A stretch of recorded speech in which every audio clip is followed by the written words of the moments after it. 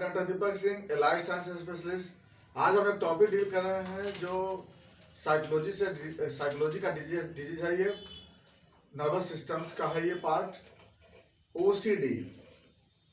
OCD जिसको बोलते हैं obsessive compulsive disorders. Obsessive compulsive इसी नाम में ही लगा हुआ है इसमें कि इस मरीज को क्या होता होगा।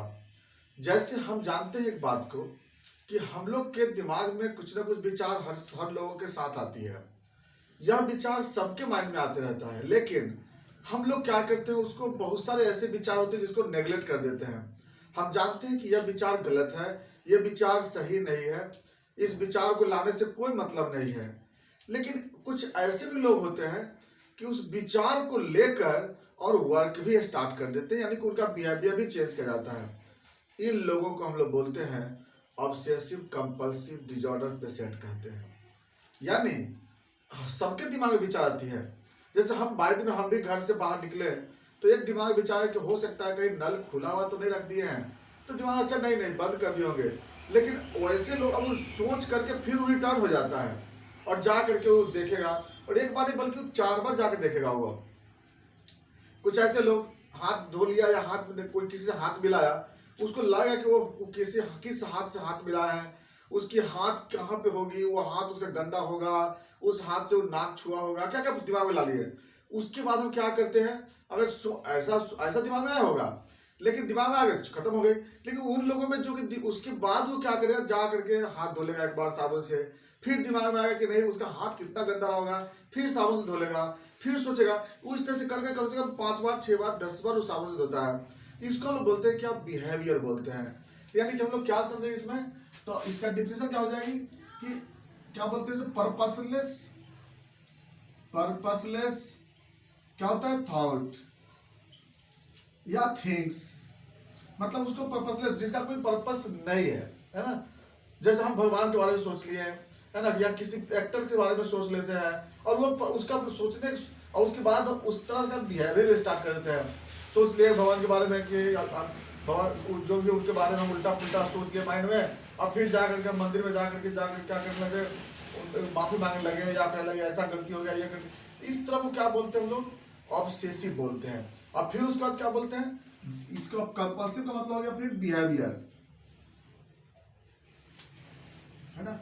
यानी ऐसे लोग जो इसको कि माइंड में आया और उसके बाद अबनॉर्मल थॉट होने के बाद, पर्पसलेस थॉट के बाद क्या हो गया, अबनॉर्मल्स या बिहेवियर हो गई, जिसके कारण this causes the social, familiar and economic withdrawal in the person with health disorders known as OCD, obsessive compulsive disorders. अब बात आते हैं इसके इटियोलॉजी पर, क्या वजह होता है OCD होने का। तो OCD होने के पीछे सबसे बड़ा रीजन होती है उसका जेनेटिक फैक्टर्स, फेमिलियर हिस्ट्री। हो सकता है उसके फादर, ग्रैंडफादर, उसके ब्रदर, सिस्टर या कोई भी और ऐसे जो कि इस डिजीज से सफर होंगे, उनमें भी ऐसा अगर होगा तो ऐसा कंडीशन आ सकता है। नंबर 2, ब्रेन में सेरोटोनिन की कमी हो जाना। बॉडी में ऐसे कमी होती है सेरोटोनिन, तो सेरोटोनिन की कमी होने से क्या होता है, जो सिनेप्स जहां पर ब्रेन में जो, क्योंकि ये डिजॉर्डर्स किसकी है, 4 ब्रेन का डिजॉर्डर्स है, हायर इंटेलेक्चुअल सेंटर का डिजॉर्डर्स है, जहां पर जो सिनेप्स में सेरोटोनिन की कमी हो जाती है, जिसके कारण क्या होती है, जो थॉट है वह क्या हो जाता है, वह बिहेवियर में कन्वर्ट हो जाती है। हम लोग में क्या होता है, सेरोटोनिन का अच्छा रहने के कारण क्या होती है, वो जो सिनेप्स है वहां पर जो भी थॉट आती है उसको क्या करता है, वहां पर रोक लिया जाता है, इनहिबिट कर लिया जाता है। लेकिन इसमें क्या होगा, इनहिबिशन का प्रोसेस नहीं होगी और वो क्या होता है, न्यूरोट्रांसमीटर अबनॉर्मल हो जाता है इसके बॉडी में। तो इसके कारण क्या हो जाएगा, पेशेंट को वो जो सेरोटोनिन की कमी होने से ऐसा ज्यादा प्रॉब्लम होती है।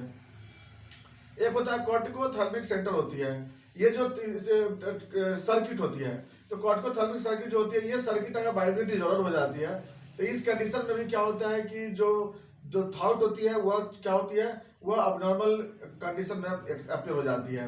तो ये कंडीशन भी आता है। नेक्स्ट आता है विटामिन डिफिशियंसी, ये होता है। फिर उसके बाद मेंटल रिटार्ड, मेंटल डिजॉर्डर्स, और कुछ तो ऐसे होते हैं जैसे ओल्ड एज में मेनोपॉज के बाद हार्मोनल डिजॉर्डर्स के कारण, या फिर कुछ इंसिडेंट्स के कारण, जैसे चाइल्ड में कुछ इंसिडेंट्स हुआ, चाइल्ड एब्यूज हुआ होगा, या फिर कोई और इंसिडेंट्स हुई होगी उसके साथ, उस तरह का कोई घटना घटा होगा, तब भी ऐसे लोगों के साथ ओसीडी हो जाता है।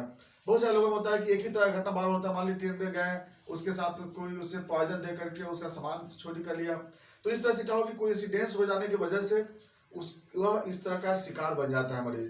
तो यह भी होता है ओसीडी के कारण। और बाकी बहुत सारे लोगों में पता नहीं चला कि ओसीडी क्यों बन गया। कभी कभी तो यह पता चलता है बिहेवियर या इन्वायरमेंटल फैक्टर से भी ओसीडी हो जाता है, जहाँ वो रह रहा है वहाँ का कैसा वातावरण है। अब आते हैं सिम्टम पे। इससे मरीज का सिम्टम क्या होता है, देखिए ये सबसे पहला क्या बोले कि रिपीटेड, जैसे कोई वर्क करना, रिपीटेशन वर्क, वो क्या करता है हर वर्क को क्या करता है रिपीट करते रहेगा। और क्या होगा इसके बाद, जैसे मान लीजिए देखिए, जैसे अगर वो दिमाग में सोच लिया कि मेरी हाथ गंदा है, वो बार बार हाथ धोने की कोशिश करेगा। एक पर्सन ऐसा है जो कि जैसे मान लीजिए उसके दिमाग में घर से निकला, बिल्ली रास्ता काट दी, अब बिल्ली रास्ता काट तो दिमाग में आ जाएगा क्या बिल्ली रास्ता काट दिया, पता नहीं क्या हो जाएगी, या वो क्या करेगा फिर से घूम जाएगा, और घूम करके फिर वो घर पे चला जाएगा या फिर दूसरे रास्ते चला जाएगा।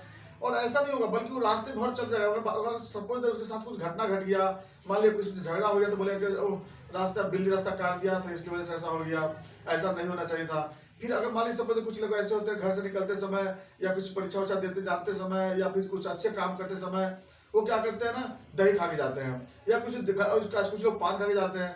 अगर नहीं खाए तो उसको मान मिलेगा ओह जतरा नहीं बन पाया, ये नहीं खा पाया, वो तरह तरह का दिमाग उसके दिमाग, जो कि क्या दही खाने से किसी को नौकरी तो नहीं लग जाती है ना, लेकिन उसके माइंड में रह जाएगा कि नहीं अगर हम ये खा लेंगे तो हमें नौकरी लग जाएगी, हम ये खा लेंगे तो परीक्षा में पास कर जाएंगे, हम ये खा के अगर जाते तो परीक्षा में पास कर जाते।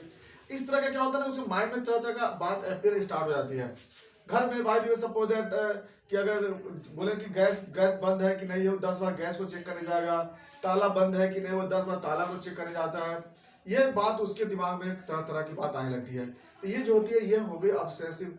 कुछ लोगों में ऐसा होता है जो दिमाग ब्रेन में अपेयर हो जाती है, जैसे किसी गॉड के बारे में, किसी एक्टर्स के बारे में वो अबनॉर्मल थिंक कर लेते हैं और फिर उसके बाद उसी ढंग का बिहेवियर स्टार्ट कर देता है। यह भी देखा जाता है ऑब्सेसिव कंपल्सिव में।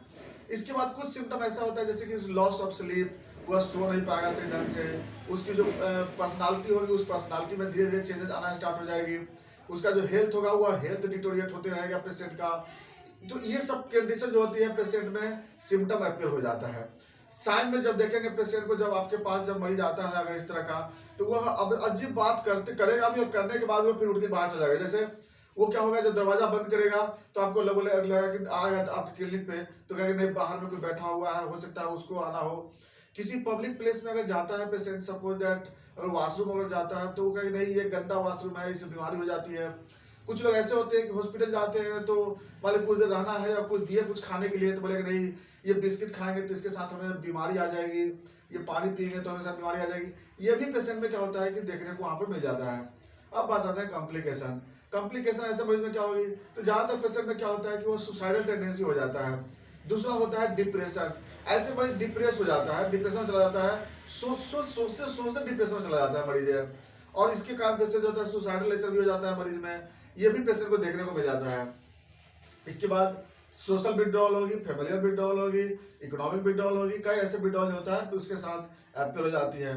नेक्स्ट आते हैं फिर इन्वेस्टिगेशन। अगर इन्वेस्टिगेशन करेंगे तो हमें कुछ तो ऐसे नहीं मिलेगा, किसी किसी केस में हो सकता है कि एट्रोफी ऑफ ब्रेन मिल सकता है अगर एमआरआई कराने पर।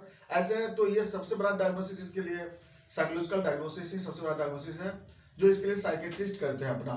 इसके बाद आते हैं फिर मैनेजमेंट। इसके लिए हम लोग क्या करेंगे मैनेजमेंट में हम लोग क्या करते हैं, जैसे पेशेंट को सबसे पहले बिहेवियर थेरेपी या फिर उसके बाद ऑक्यूपेशनल थेरेपी, उसका प्लेस को चेंज करा के बोलते हैं। और सबसे बड़ा चीज कॉन्सोलेशन, उसको बोलते हैं कि ऐसा मत करो, ऐसे करने से कुछ नहीं होता है। तो कॉन्सोलेशन इसके लिए बहुत बड़ा थेरेपी होती है और कॉन्सोलेट करके मरीज को ठीक किया जा सकता है। और उसके बाद बिहेवियर थेरेपी है, बिहेवियर कर सकते हैं, ऑक्यूपेशनल कर दे सकते हैं उसको हम लोग। बाकी बातें कुछ मेडिसिन की अगर आ जाती है, जैसे होम्योपैथिक में जो लोग मेडिसिन चलाते हैं तो इसके लिए हम लोग क्या चलाते हैं, हायोसिमस सबसे अच्छी ग्रुप्स की मेडिसिन आती है हायोसिमस, जो कि ओसीडी के लिए अच्छा काम करता है। उसके बाद फिर कलकरिया काल हो गए या फिर ओपियम है, ये सब ग्रुप। मेन चीज होती है कि इसमें हमको स्लीप के लिए हम लोग मेडिसिन जरूर चलाते हैं, क्योंकि पेशेंट अगर स्लीप अगर अच्छा वो सोएगा ना पेशेंट, तो ये मरीज को ये सब प्रॉब्लम आने की टेंडेंसी कम हो जाती है। इसके बाद ये जो मेडिसिन है वो दे देते हैं। अगर एलोपैथ में तो बस कुछ नहीं है, बस सीडेटिव ड्रग्स के अलावा और कुछ नहीं चलाते हैं उसमें लोग। ये था मेरा ओसीडी। अगर बाय द वे इसमें किस तरह का आपको कोई क्वेश्चन अगर आवे, किस तरह का समझ में अगर कोई मेडिसिन के बारे में सोचना हो, कोई ऐसे भी पेशेंट हो सकते हैं आपके पास जो कि मे भी हो सकता है कि कुछ और भी बिहेवियर से आ रहा हो। तो अगर ऐसा लग रहा हो तो आप जरूर कंसल्ट करें। कमेंट्स बॉक्स में आप बोल सकते हैं या डायरेक्ट मेरा फोन से आप कंसल्ट कर सकते हैं, हम जरूर उसके बारे में निदान कर सकते हैं। ऐसा मरीज कई मरीज ठीक हुआ है। बाकी बातें नेक्स्ट वीडियो में। थैंक्स।